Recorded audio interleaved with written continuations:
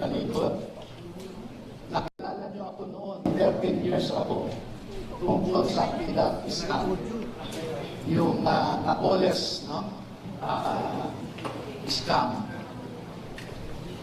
Kami po ang nagulga sa bilyon-bilyon na nakawan noon. And that was 13 years ago. At namin ay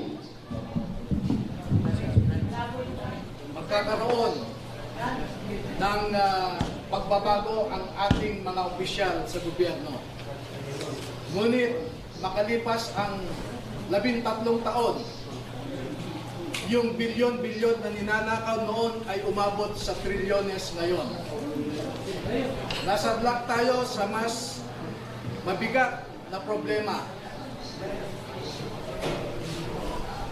Napanood natin lahat ang mga ipinahayag ni dating Master Sergeant Orly Gutesa sa Senado.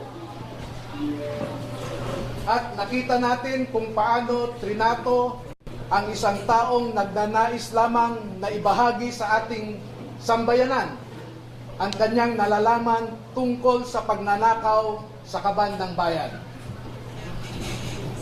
Nakita rin natin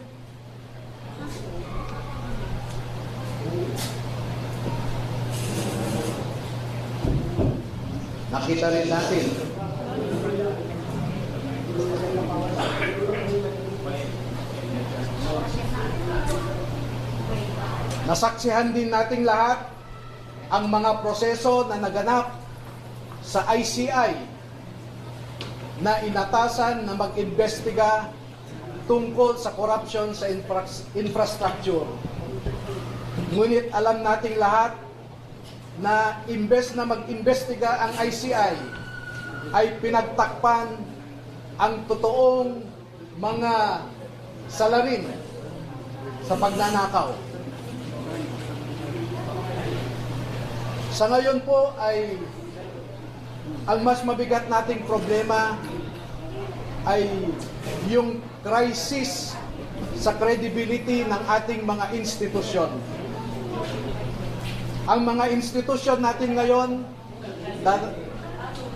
ipinatayo para pangalagahan, arugain ang mga Pilipino ay hindi na natin mapagkakatiwalaan.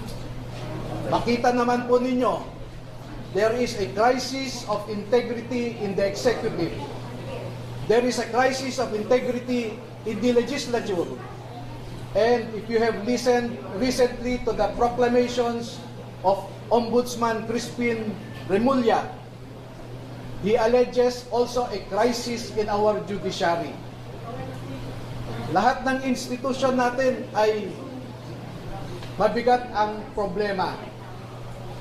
Pero alam naman po natin na ang mga institusyon na ito are just abstract ideas. Our democracy is just an abstract idea. Our institutions are just abstract ideas. And these institutions operate through the human mind. And if you will, through the human soul and through the human heart. Ang problema natin ngayon ay yung mga nagpapatakbo sa mga institusyon na ito. Wala po tayong ibang maaasahan ngayon na maglalabas ng katotohanan kundi tayong mga mamamayan din. Hindi natin maaasahan ang nasa gobyerno ngayon na ilabas ang buong katotohanan na walang pinagtatakpan.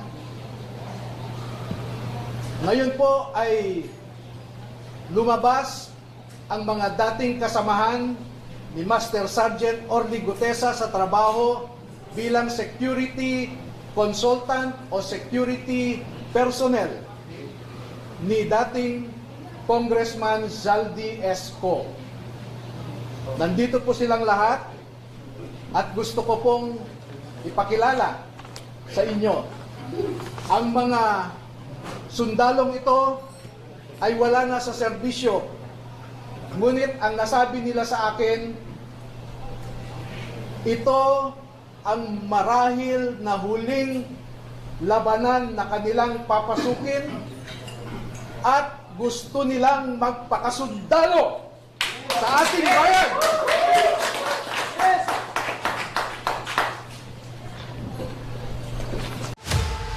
key to our survival.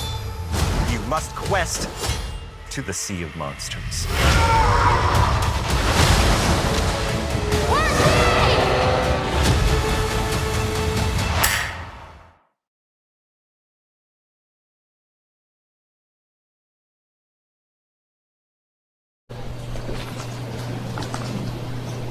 Tinatawag ko po ang isang magiting na Pilipino, si Bernard Tube.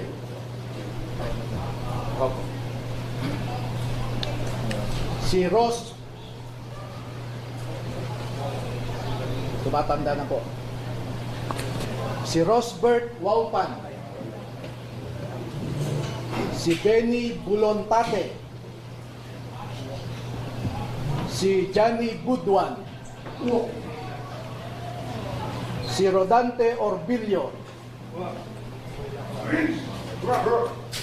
Rainy Boy Julian, Christopher Esquivel,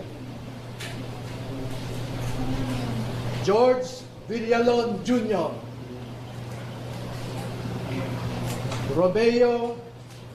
Romel Bobares, Gil Navidad Jr., Anselmo Taberdo, Walter Manalansan, Jolly Cadiao, Romel Galapon, Cecilio Laroder Jr., Bernard Gubban, Crisani Dado, at Fidel Corpus. Meron po silang kasamahan na 12 pa na hindi makakadalo ngayon dahil sa mga personal na rason. Ang dalawa ay meron silang kasama sa buhay na nagtatrabaho pa sa gobyerno at meron silang pag-aalinlangan na maaaring maapektuhan ang trabaho ng kanilang mga asawa. Yung 10 na hindi pa nakadalo ngayon ay tinatawag ko po na second batch at lalabas din po sila sa tamang panahon. Bigyan ko po kayo ng halimbawa ng nilalaman ng kanilang affidavit at kung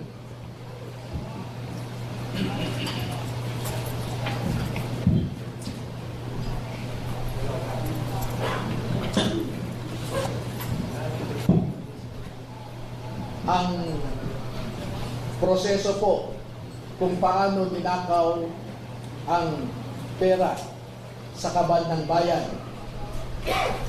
ay pwede natin ilarawan sa prosesong ito.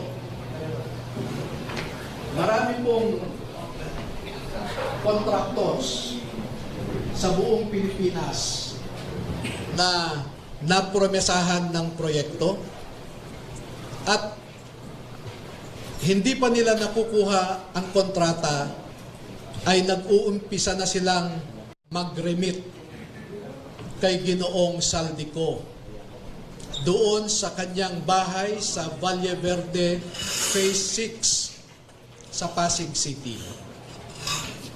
At daan-daan na maleta ng pera ang dumarating doon. Merong employee si Ginoong Zaldico na binibilang ang mga pera na dumarating sa Valle Verde 6. Pagkatapos nito ay binabalik nila sa maleta ulit at dinadala sa penthouse ng Horizon Homes sa BGC. At mula sa Horizon Homes, doon na manggagaling ang ibinibigay sa iba't ibang mga politiko at mga personalidad sa ating lipunan. Ang halimbawa po ng proseso ay nag-uumpisa sa pagbilang nila ng pera.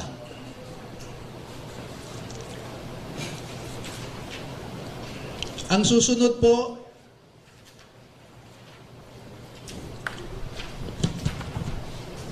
sa larawan sa itaas ay inihahanda ang pera bago isilid sa mga maleta ulit sa Horizon Homes. At yung larawan sa ibaba ay isang halimbawa ng pag-deliver ng pera sa bahay ng isang mambabatas.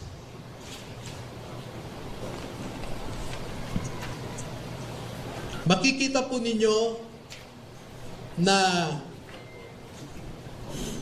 may nangyari kay Master Sergeant Gutesa. Sa aking tanggap na impormasyon ay napilitan siyang mag-execute ng isang affidavit na kung saan ay sinasabi niya na hindi siya kasali o wala siyang nalalaman sa mga pagde-deliver ng mga mali-malitang pera. Pero makikita po ninyo dito na siya mismo ay kasama sa pagde-deliver ng pera. Kaya naaawa po ako ngayon sa sitwasyon ni Master Sergeant Gutesa dahil ginawa siyang sinungaling.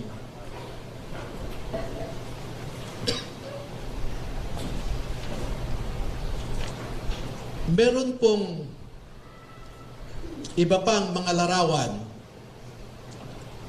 na sa tamang forum later ay maglalahad pa kami ng karagdagang mga ebidensya.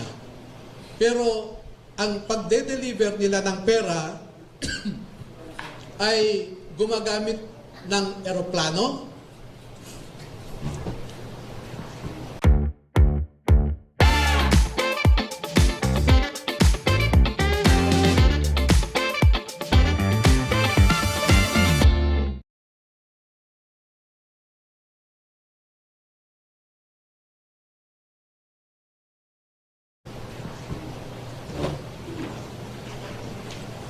gumagamit din sila ng helicopter,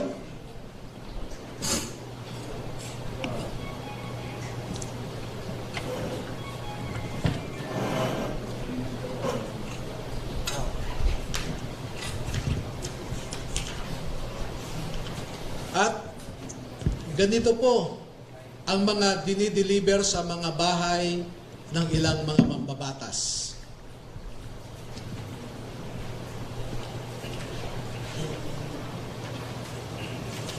Makikita ninyo sa itaas na larawan ang hilera ng mga maleta na ang laman ay pera. At parte lamang ito ng isang delivery na sa panahon na ito ay 52 na maleta ito. Sa isang delivery, umabot ng 52 na bagahe.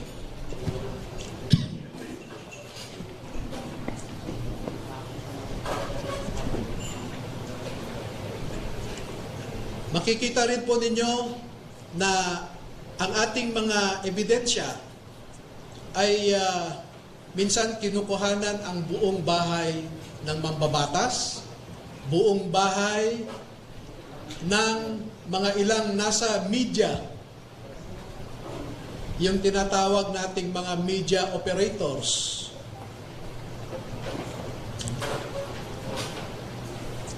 At ganyan po sila mag-deliver. No?